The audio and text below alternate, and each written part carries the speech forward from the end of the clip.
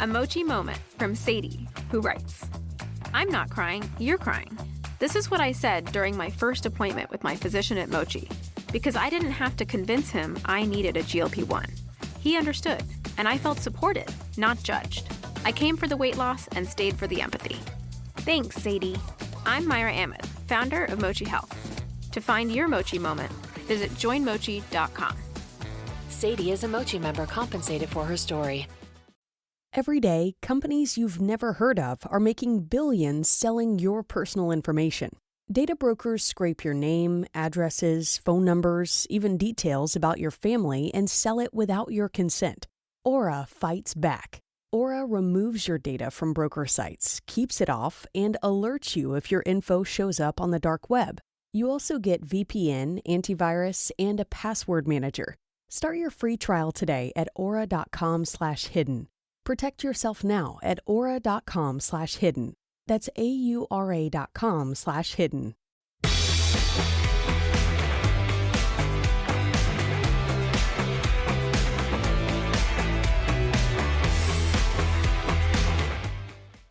This is Blumhouse's first Spanish language film.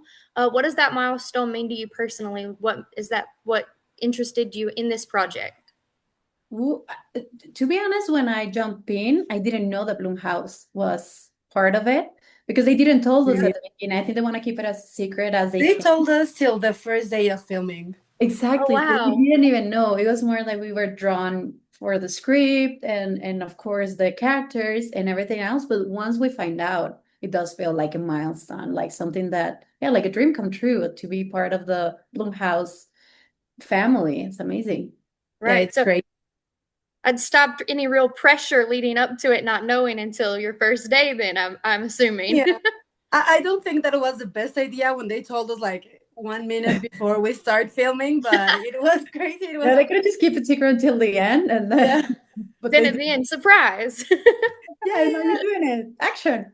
No, that is incredible. I got to screen the film. I thought it was really good. I personally love horror movies, anyways.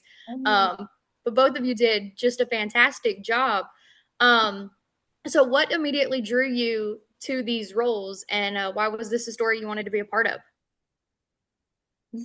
To me, it was a lot about the theme of the movie. I love that it was so modern in a way that it was facing modern fears, that it was facing a generation that needs to talk about these things about like loneliness in the social media world and how you're willing to behave and become someone else just to get famous or views or vital things.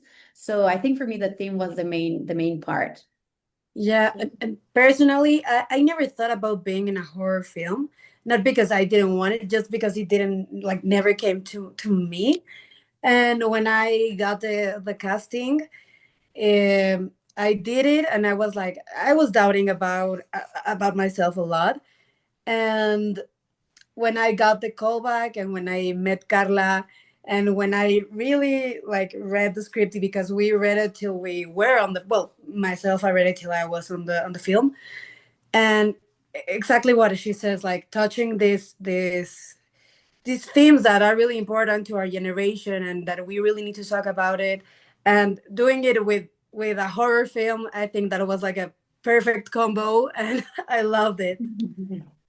Kind of touches on those without having to almost be too serious in a way, but also extremely serious in another.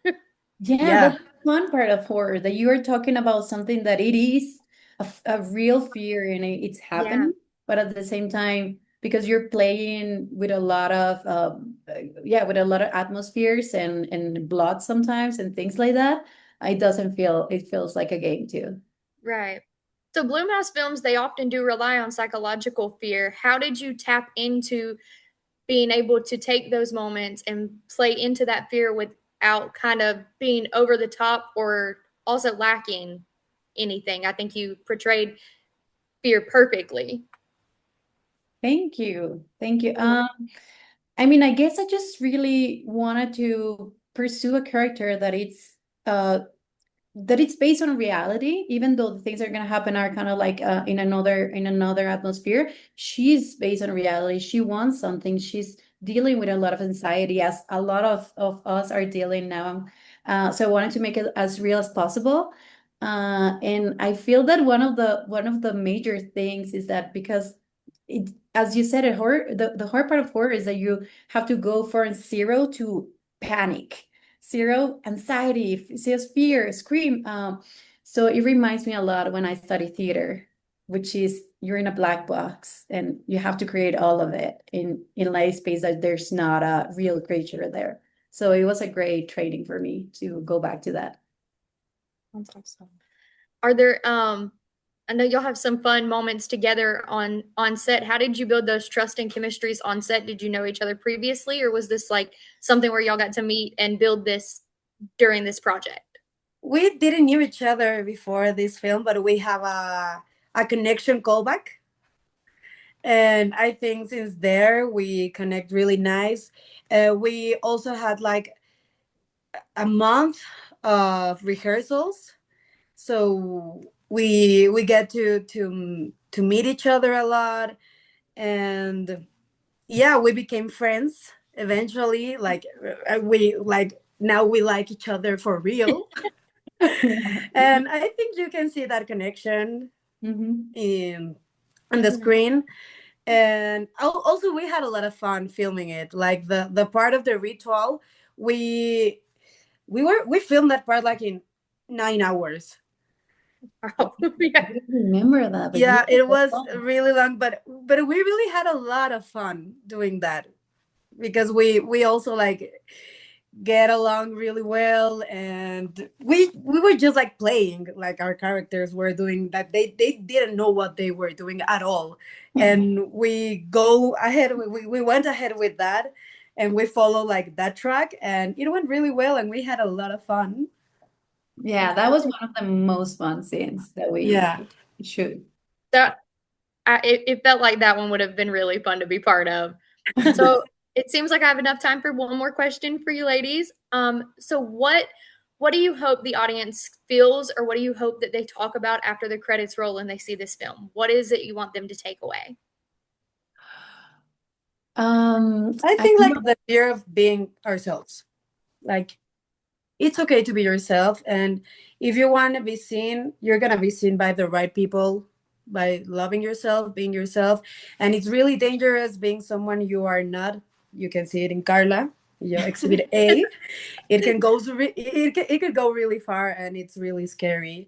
And I think you're gonna be the most genuinely loved when you're yourself. So I think that in that like a really deep part of this film, you can take that. Yeah, that's the best. That's the best thing to take out, and don't play with fire because you can get burned. Absolutely. Karla, Julia, thank you so much. It's been an absolute pleasure, and I hope everybody goes and sees this film. Thank you so much. And now Thank it's you. streaming on Hulu, so you can go watch it there. Perfect. Everybody go check it out.